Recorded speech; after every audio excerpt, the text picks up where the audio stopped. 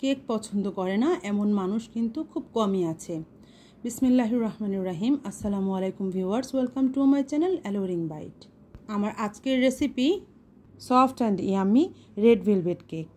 রেসিপিটি প্রথম থেকে শেষ পর্যন্ত দেখবেন, আশা করছি আপনাদের কাছে অনেক ভালো লাগবে। তাহলে চলুন শুরু করি আমার আজকের রেসিপি। সর্বপ্রথমে আমি এখানে বাটার মিল্ক তৈরি করব। তার জন্য এখানে 1/4 কাপ দুধের মধ্যে 1 চামচ হোয়াইট ভিনেগার দিয়ে নিলাম। একটু নেড়ে মিশিয়ে তার মধ্যে এখন দিয়ে দিচ্ছি 1.5 চামচ রেডম্যানের স্ট্রবেরি রেড ফুড কালার। খুব ভালোভাবে মিশিয়ে নিব। মিশিয়ে এই বাটার মিল্কটাকে রেখে দিব এক সাইডে। এবার পরিষ্কার শুকনো একটা বাটিতে স্ট্রেনারের মধ্যে আমি দিয়ে দিচ্ছি 1 কাপ ময়দা। এই 1 কাপ ময়দা থেকে আমি 1 টেবিল চামচ ময়দা সরিয়ে নিচ্ছি একদম সমান সমান করে। আর 1 টেবিল চামচ কর্নফ্লাওয়ার আমি এখানে অ্যাড করে দিচ্ছি। এবার দিচ্ছি 1 টেবিল চামচ গুঁড়া দুধ, লবণ দিচ্ছি 1 চিমটি, 1/2 চা চামচ দিচ্ছি বেকিং সোডা, আর 1 চা চামচ দিচ্ছি বেকিং পাউডার, আর 2 চা চামচ নিয়েছি আমি এখানে কোকো পাউডার। আমি মালয়েশিয়ান কোকো পাউডারটা এখানে ইউজ করেছি। 1 চা চামচ দিচ্ছি কফি। এবার খুব ভালোভাবে উপকরণগুলো আমি চেলে নিচ্ছি। অবশিষ্ট অংশটা একটু নেড়ে এভাবে করে চেলে নেওয়ার চেষ্টা করব। যতটুকু চেলে নেওয়া যায় বাকিটুকু ফেলে দেব। আর এই শুকনো উপকরণগুলো কয়েকবার করে চেলে নিতে হবে। অফ স্ক্রিনে আমি আরও 3-4 বার চেলে নিয়েছি। এবার পরিষ্কার একটা শুকনো বাটিতে রুম টেম্পারেচারে থাকা 4টা ডিম নিয়েছি। আর লাগবে চিনি এখানে 1/2 কাপ প্লাস 2 টেবিল চামচ। ডিমটা কিন্তু অবশ্যই রুম টেম্পারেচারে থাকতে হবে।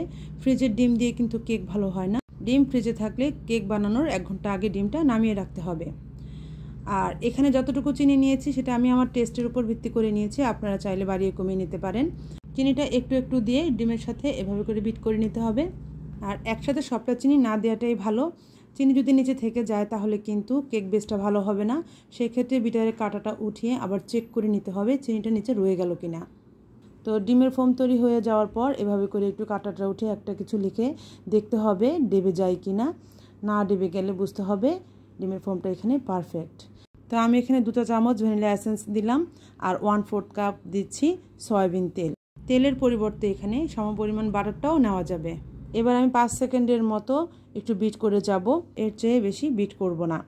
এর চেয়ে বেশি বিট করলে ডিমের ফোমটা বসে যেতে পারে, তখন কিন্তু কেক বেসটা ভালো হবে না। তো বিটারের কাঁটাগুলো আমি এখন সরিয়ে নিচ্ছি। এর মধ্যে এখন আমি শুকনো উপকরণগুলো আর সেই বাটার মিল্কের মিশ্রণটা একটু একটু করে দিয়ে ডিমের ফোমের সাথে মিশিয়ে নিব। এই ক্ষেত্রে কিন্তু মোটেও তাড়াহুড়া করা যাবে না। যদি তাড়াহুড়া করা হয় তাহলে কিন্তু এই ডিমের ফোমটা বসে যাবে। ডিমের ফোমটা বসে গেলেই আমাকে বুঝেই নিতে হবে যে আমার কেক বেসটা আর ভালো হচ্ছে না।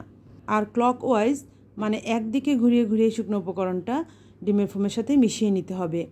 এদিক সেদিক করে কিন্তু মিশানো যাবে না, তাহলেও কিন্তু এই ডিমের ফোমটা নিচে বসে যাবে। মানে এক কথায় খুবই সাবধানতার সাথে এই কাজটা করতে হয়, খুবই ধৈর্যের সাথে। তো বারবার করে ঘুরিয়ে ঘুরিয়ে এভাবে করে মিশিয়ে নিতে হবে। আর দেখতে হবে নিচে আবার শুকনো উপকরণটা রয়ে গেল কিনা। বারবার করে চেক করে করে এভাবে শুকনো উপকরণটা ডিমের ফোমের সাথে মিশিয়ে নিতে হবে। তো একটু একটু করে বাটার মিল্কটা দিয়ে আমি এভাবে করে ডিমের ফোমের সাথে এটা মিশিয়ে নিচ্ছি। আজকে যতটুকু উপকরণ নিয়ে আমি এই কেকটা তৈরি করছি, মানে 4 ডিমের এই কেকটার ওয়েট আসবে 2.5 পাউন্ড। তো সম্পূর্ণ শুকনো উপকরণটা আমার এখন মিশিয়ে নেওয়া হয়েছে, বাটার মিল্কটাও দেওয়া শেষ হয়েছে। এবার আমি স্প্যাচুলা দিয়ে একটু চেক করে নিব নিচে শুকনো উপকরণটা রয়ে গেল কিনা। এটা কিন্তু অবশ্যই করতে হবে। শুকনো উপকরণ নিচে থেকে গেলে কিন্তু আবার কেক বেসটা ভালো হবে না, তাই এটা অবশ্যই চেক করে নিতে হবে। আর কেকটাকে বেক করার জন্য আমি 9 ইঞ্চ এই রাউন্ড শেপের মোল্ড নিয়ে নিয়েছি। নিচে বাটার পেপার লাগিয়ে নিয়েছি অয়েল ব্রাশ করে। আমি ফ্ল্যাট কেক তৈরি করব তাই 9 ইঞ্চ মোল্ড নিয়েছি। আপনারা যদি একটু হাইট কেক তৈরি করেন তাহলে 8 ইঞ্চি হাইট যেই মোল্ডগুলো পাওয়া যায় সেগুলো নিয়ে নিতে পারেন। তো একটু ব্যাটারটা আমি একটা কাঠি দিয়ে নেড়ে দিলাম যাতে বাবলস ক্রিয়েট হতে না পারে। এবার খুব ভালোভাবে একটু ট্যাপ করে নিচ্ছি। কেকটা আমি চুলায় বেক করব, তাই একটা হাঁড়ি আগে থেকেই আমি চুলায় প্রিহিট করে নিয়েছি। একটা স্ট্যান্ড বসিয়ে নিয়েছি। এবার এর মধ্যে এখন আমি কেকের মোল্ডটা বসিয়ে দিচ্ছি।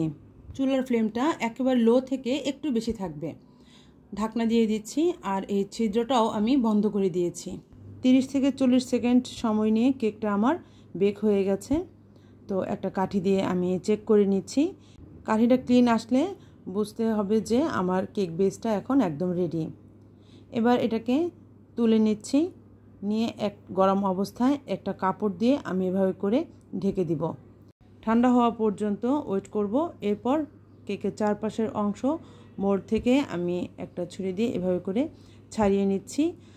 এবার মোল্ড আউট করে কেকটাকে আমি 3টা স্লাইস করে নিব। আর এখানে আমি একটু সংক্ষেপ করে নিয়েছি, কেননা সবটুকু দেখালে কিন্তু ভিডিওটা অনেক বড় হয়ে যায়। কেকটা কতটা সফট হয়েছে এটা আপনারা দেখেই বুঝতে পারছেন, এটা আর আমার বলার কিছু নেই। মাশাআল্লাহ, কেকটা অনেক সফট হয়েছে। যেহেতু আমি এখানে রেড ভেলভেট চিজ কেক তৈরি করছি, তাই আমি এখানে চিজ ক্রিম নিয়েছি 3/4 কাপ। চিজ ক্রিমটা আমার বাসায় তৈরি করা, রেসিপিটা চ্যানেলে দেওয়া আছে, লিঙ্কটা ডেসক্রিপশন বক্সে দিয়ে দিব, আপনারা চাইলে দেখে নিতে পারেন। চিজ ক্রিমের রেসিপিটা অনেক ডিটেলসে তৈরি করা হয়েছে, আর সেই রেসিপিতে আপনারা বুঝতে পারবেন কতটুকু দুধ দিয়ে আপনারা কত গ্রাম চিজ ক্রিম তৈরি করতে পারবেন, সেই মেজারমেন্টটাও সেখানে দেয়া আছে। তো চিজটা আমার এখানে বিট করা হয়ে গেছে। এখন আমি চিজটাকে এক পাশে রেখে দিচ্ছি, রেখে পরিষ্কার একটা শুকনা বাটির মধ্যে নিয়ে নিচ্ছি বরফ ঠান্ডা হুইপ ক্রিম 1.5 কাপ। এর সাথে আমি এখন আইসিং সুগার অ্যাড করব। তো আমি প্রতি 1 কাপে 2 টেবিল চামচ আইসিং সুগার নিয়েছি। আপনারা চাইলে আইসিং সুগারটা কম বেশি করে নিতে পারেন আপনাদের টেস্টের উপরে ভিত্তি করে। আর দিয়ে দিলাম আমি এখানে 1.5 চা চামচ ভ্যানিলা এসেন্স। এবার কিছুক্ষণ বিট করে নিব। আর এই আইসিং সুগারের রেসিপিটাও আমার চ্যানেলে দেওয়া আছে, লিঙ্কটা ডিসক্রিপশন বক্সে দিয়ে দিব, আপনারা চাইলে দেখে নিতে পারেন। আমি সাধারণত আইসিং সুগারটা ঘরেই তৈরি করে নিই। এবার চারপাশের থেকে ক্রিমটা একটু নামিয়ে দিচ্ছি, এতে করে আইসিং সুগারটা চারপাশে যদি ছড়িয়ে যায় সেটা মাঝখানে চলে আসবে। তো আমি আবার এখন ক্রিমটা একটু বিট করে নিচ্ছি। ক্রিমটা যখন ঘন হয়ে আসবে, মানে ক্রিমটা যখন 90% হয়ে আসবে, তখন আমি এর মধ্যে ক্রিম চিজটা অ্যাড করে দিব। এই যে এই পর্যায়ে আমি এখন ক্রিম চিজটা অ্যাড করে দিচ্ছি। ক্রিম চিজটা দেওয়ার পর আমি আবার কিছুক্ষণ বিট করে নিব, একেবারে ক্রিমটা স্টিফ না হওয়া পর্যন্ত। ক্রিম বিট করার ক্ষেত্রে কিন্তু অবশ্যই কিছু সাবধানতা অবলম্বন করতে হবে। প্রথমত ক্রিমটা কিন্তু মিডিয়াম স্পিডেই বিট করে যেতে হবে, হাই স্পিডে বিট করা যাবে না। দ্বিতীয়ত ক্রিমটাকে কিন্তু ওভার বিট করা যাবে না।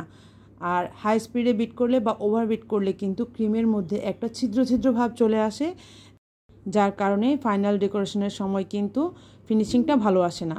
তো ক্রিমটা আমার এখানে হয়ে গেছে, আমি বিটারের কাঁটাগুলো সরিয়ে নিলাম। এবার সাইড থেকে ক্রিমটাও একটু নামিয়ে নিচ্ছি। এবার ফাইনাল ডেকোরেশনে চলে যাব। আর প্রতিবারের মতো আমি এখানে মিল্ক সিরাপ নিয়ে নিলাম 1/2 কাপ পানির সাথে 2 টেবিল চামচ চিনি আর 2 টেবিল চামচ গুঁড়া দুধ দিয়ে আমি এই মিল্ক সিরাপটা তৈরি করে নিই। এবার বোর্ডের ভিতরে সামান্য একটু ক্রিম লাগিয়ে নিচ্ছি। এবার 1 স্লাইস কেক আমি এখানে দিয়ে দিব। এবার তার মধ্যে আমি এখন মিল্ক সিরাপটা দিয়ে দিব। আমি সবসময় মিল্ক সিরাপটা দিতে পছন্দ করি, এতে করে কেকের টেস্টটা অনেক ভালো আসে। আপনারা চাইলে মিল্ক সিরাপের পরিবর্তে সুগার সিরাপটাও এখানে দিতে পারেন। তো এবার সিরাপ দেওয়ার পরে আমি ক্রিমটা দিয়ে নিচ্ছি। ক্রিমটা দেওয়ার পর একটুখানি সমান করে নিচ্ছি। আর এর উপর আমি এখন আরেক স্লাইস কেক দিয়ে দিব। এই কেকটা আমার কোনো অর্ডারের কেক না, আমার ছেলের জন্মদিন ছিল, সবাই মিলে খাবো তাই তৈরি করে নিলাম। আর তাই ভীষণ মজার এই কেকের রেসিপিটাও আপনাদের সাথে শেয়ার করলাম। যেদিন থেকে আমি কেক বানানো স্টার্ট করলাম সেদিন থেকে বাসার বিভিন্ন প্রোগ্রামে সবাই আমার হাতের কেকটা খেতে বেশ পছন্দ করে, তাই বাইরে থেকে এখন আর কেক কিনে খাওয়া হয় না। আর এভাবে মজা করে যদি বাসায় কেক বানানো যায় তাহলে কিন্তু বাইরে থেকে কিনে খাওয়ার আর প্রশ্নই ওঠে না। তো এবার আমি লাস্ট যে কেক স্লাইসটা ছিল সেটা দিয়ে মিল্ক সিরাপ দিয়ে নিলাম আর একটুখানি ক্রিম দিয়ে এখন আমি ক্রাম কোটিং করে নিচ্ছি। ক্রাম কোট করে নিলে ফাইনাল ডেকোরেশনের সময় আর কোনো সমস্যা হয় না, মানে গুড়ি গুড়ি ভাবটা আর উঠে আসে না। ক্রাম কোট করার পর আধা ঘন্টার জন্য ফ্রিজে রাখলেই হবে কেকটাকে। এবার আমি ফাইনাল ডেকোরেশনের জন্য নিয়ে আসলাম। এবার আমি ফাইনাল ডেকোরেশন করে নিব। ঘরে ক্রিম চিজ তৈরি করে রেড ভেলভেট কেকটা একবার তৈরি করে খেয়ে দেখবেন, আশা করছি আপনাদের কাছে অনেক ভালো লাগবে। আমার আজকের এই রেড ভেলভেট কেকের রেসিপিটি যদি আপনাদের কাছে ভালো লাগে প্লিজ একটি লাইক দিতে ভুলবেন না। আপনাদের একটি লাইক আমাকে আমার কাজে সার্থকতা এনে দেয়। রেসিপিটি ফেসবুক পেজ থেকে দেখলে পেজটি ফলো দিয়ে রাখবেন, আর ইউটিউব চ্যানেল থেকে দেখলে চ্যানেলটি সাবস্ক্রাইব করে পাশে থাকা বেল আইকনের অল নোটিফিকেশন অন করে দিবেন। এতে করে আমার নতুন নতুন রেসিপিগুলো আপলোড হওয়ার সাথে সাথে খুব দ্রুততা আপনারা পেয়ে যাবেন। যারা এই পর্যন্ত আমার চ্যানেলটি সাবস্ক্রাইব করেছেন তাদেরকে অসংখ্য ধন্যবাদ। এই তো ফিনিশিং দিয়ে সাইড দিয়ে একটু আমি ডিজাইন করে নিলাম। উপরের ডিজাইনটাও এখন আমি করে নিচ্ছি। রেড ভেলভেট কেক তৈরি এবং এর ডেকোরেশন কেমন লাগলো আপনাদের কাছে আমাকে অবশ্যই কমেন্টস করে জানাবেন। এই তো আমার ডিজাইনটা একদমই করা কমপ্লিট হয়ে গেছে। উপর দিয়ে আমি এখন কেকের কিছু ক্রাম্বস ছড়িয়ে দিচ্ছি, এতে করে দেখতে খুবই ভালো লাগবে। আমি আমার মতো করে খুব সিম্পলভাবে কেকের ডেকোরেশনটা তৈরি করে নিলাম।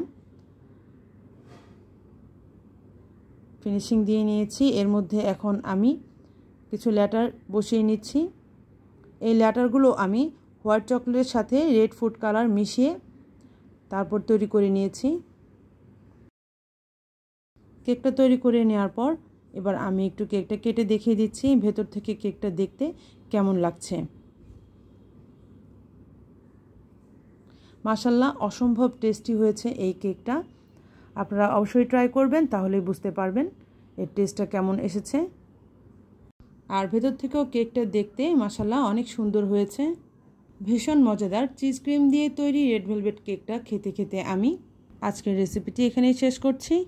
ইনশাল্লাহ হাজির হয়ে যাব নেক্সট রেসিপি নিয়ে। সেই পর্যন্ত সবার জন্য রইল অনেক অনেক দোয়া আর ভালোবাসা। আমার পরিবারের জন্য দোয়া করবেন। আমি আজকে বিদায় নিলাম। আল্লাহ হাফেজ। আসসালামু আলাইকুম।